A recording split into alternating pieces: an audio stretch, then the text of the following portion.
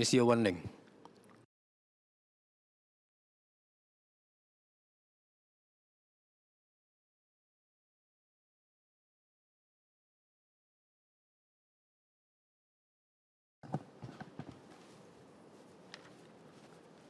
Mr. Speaker, sir, if I may have your permission to take questions 6 to 9 together. Please proceed.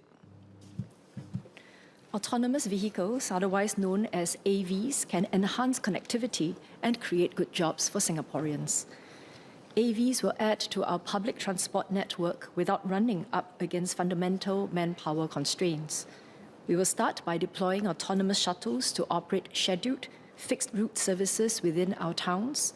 These shuttle services can directly connect residents to key transport nodes and amenities such as the market and polyclinic. There are 3 pilot routes in Punggol. If successful, we intend to expand the service to other towns that are further away from the city, such as Tengah. Besides AV shuttles, we will be piloting AV buses as public buses, starting with SBST bus services 400 and 191, which serve Marina Bay and One North respectively. The MOT and LTA have put in place safeguards to ensure safe AV deployment in the regulatory sandbox as provided for in the Road Traffic Act. Every AV must pass a safety assessment before it is authorized to operate on public roads. The vehicle must be able to respond safely to the behavior of other road users and adhere to traffic rules. For a start, a safety operator will be on board the AV at all times. All AVs deployed on roads must have third-party liability insurance covering death, bodily injury, and property damage. Third parties would be compensated in the event of accidents similar to conventional vehicles. The AV industry will bring new job opportunities for Singaporeans, including for our transport workers. There will be roles such as safety operators, remote operators, engineers, and technicians. As the supply of AV vehicles will be limited at the start, there will be no displacement effect for our taxi and private hire vehicle drivers in the short term. That said, we recognize their anxiety. The government and AV operators will roll out training and reskilling programs to help drivers to take on opportunities in the AV sector or to move on into other sectors if they prefer. We will put these programs in place early to provide drivers with options and time to go for reskilling. Thank you. Ms. Xueling.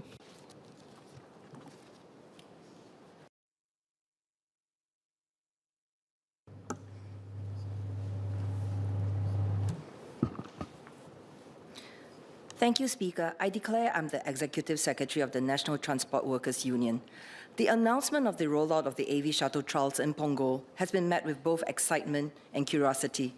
I thank the Ministry for putting in a phased approach to the rollout with safety mapping and terrain customization of Punggol streets before passenger services start. This will no doubt allow our Punggol residents to be familiarized with the technology and services and to be more confident of the use of AVs in their daily commutes. What are the safety KPIs to be achieved during the non-passenger phase of the Punggol AV trials before graduating into passenger services? And will there be a town-wide consultation with Punggol residents during the various rollout phases? In addition, I note that there has been some identification of new jobs that will be created with AV trials, such as safety drivers and remote operators, which SMS has talked about. How will the Ministry direct the appointed AV service providers to work with the transport unions and associations on prioritizing these jobs for existing transport workers and to make more accessible the application for such jobs to a wider group of transport workers? SMS. I thank the member, Ms. Xueling, for raising these questions. She has been a very, very active proponent for workers in the transport industry, in particular after we have shared about our AV plans. First and foremost, safety is a key priority for the MOT and LTA, and that is why we're taking a phased approach to deploy the use of autonomous vehicle services.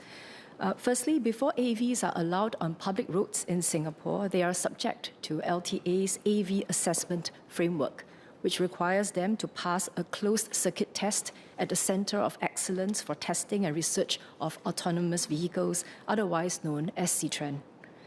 Secondly, all AVs are required to undergo a preparatory phase with a safety operator on board at all times to map the routes, to calibrate their sensors, and fine-tune relevant artificial intelligence models.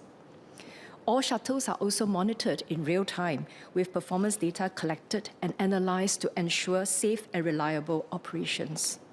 Apart from that, when we first identified the routes for trial in Pongo, we have taken care to identify what we call as PUDOs, pick-up and drop-off points, where there is adequate safety distance for onboarding as well as disembarking commuters. At the same time, we are looking forward to having a bigger engagement, a more widespread engagement with residents in Pongo, in particular those who go to the preschools, the schools, as well as the active aging centres, to sensitize them to the use of the AVs on the roads. On her second question, when it comes to jobs, I had shared in my main reply that the government will work actively with the unions to identify new job roles and to also put in place training and reskilling programs early. Just very broadly at this point in time, we see that there are potential new job roles in the ecosystem relevant to AV operators.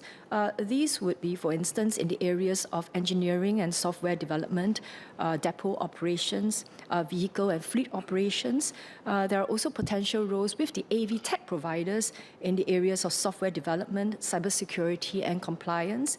And lastly, for enablers of the AV ecosystem, such as in the areas of safety testing and accreditation, actuary claims processing, as well as cybersecurity and compliance. So these are just very broadly some of the roles that we have identified, but this would be an evolving journey, and we hope to do this together with our transport workers. Thank you. Mr. Edward Chia. Thank you, Speaker. I'd like to say that the introduction of AVs is exciting opportunities also for our young. So just ask SMS, how is our IHLs actually participating in these trials, and are there learning opportunities for students in our IHLs as well? My second SQ is also regards to system-wide benefits such as accessibility. In particular, for routes that are currently not viable, does the ministry see that introduction of AVs create new opportunities for new routes? For example, night riders bus services, and if so, does the ministry intend to run trials, pilot trials for night rider bus services on AVs? My last SQ is regards to technology convergence with light rail systems. Does the ministry see there's an opportunity for AVs to be running on tracks that will lead to better system reliability on light rail systems? Thank you. SMS. I thank the member for the questions that he has raised. Firstly, indeed, we are working closely with our IHLs. I had mentioned in my reply earlier that we are already working with NTU CTRAN, which is a center of excellence when it comes to AV testing. So there are opportunities for us to work with IHLs when it comes to safety testing, as well as making sure that their curriculum looks into areas of AV technology to prepare them for when AV becomes more commonplace in our ecosystem. Secondly, when it comes to accessibility, indeed, we're looking at routes that are less well served by the public transport system for a variety of reasons. They could be further away from the main centres, main transport nodes. Also, ridership could be lower. There could also be instances where they are not being served because we face difficulties in finding drivers for night rides, for instance. So there will be particular operational hours which are deemed to be less popular with drivers, and we see that there is an opportunity for us to use AVs in those circumstances. On his last question, we will take a look at AV technology. It's evolving rapidly, and we would remain open and see how we could use AV technology in as broad a range of transport vehicles as possible. Thank you. Last SQ, Mr. Sharul Taha. I'd like to thank SMS for answering the question on AV. Two SQs for me. Thank you for sharing on the that AVs must meet the AV safety framework. Can I just confirm that the framework also includes assessment on capability of the system under adverse weather condition, and also redundancy of system in particular for cybersecurity? My second question, and SMS mentioned it earlier, AVs have the potential of helping us serve the quieter areas in towns. One possible area is the area in Jalan Loyang Besar. Can the SMS share a bit more about the timeline to scale up these pilots, and how can we learn quickly and scale the use of AV in our towns? Thank you. SMS Sun. I thank the member for his supplementary questions. First and foremost, definitely, I think we are seeing quite extreme weather conditions happening all around the world and in Singapore. So the AV technology and what we're deploying on our roads is, as tested, able to manage adverse weather conditions. On the second question that he asked was on cybersecurity, if I'm not wrong. Yes. So the operators must implement robust security measures and protocols, which are regularly reviewed to address evolving threats and to maintain system integrity. So this is further guided by technical reference TR68 in Singapore, Part 3, which sets out the cybersecurity principles and the best practices for autonomous vehicles, covering areas such as secure communications, intrusion detection, and resilience against remote access attacks. Your last question was on timeline. Okay. Because the use of AVs in the community is quite novel, still, we are taking a more phased approach. So for instance, for the pilots in Punggol, we're taking about 1 or 2 months to collect the data, to conduct mapping with the use of the sensors to collect the data, to make sure that the AVs actually have all the data necessary, and the safety operators on board are also familiar with what to do in terms of if there should be emergency situations. So that's the first phase, always with a safety operator on board. The second stage, we are actually inviting those who are interested to take the AVs to actually try out the technology. It will be definitely safe by then because the AVs would have been running around the roads for some time conducting mapping already. But apart from the technical performance indicators, what we're also doing through the pilot deployment is to socialize people to the ideas of having the AV on the road.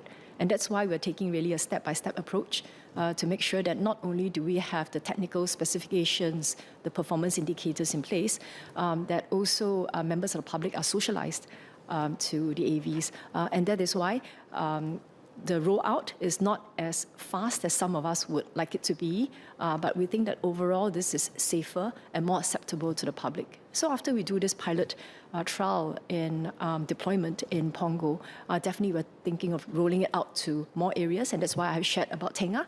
And if there are other suggestions from other members in this house as to what are the other areas that we can roll this out in, we'll be more than happy to take in that feedback. Thank you.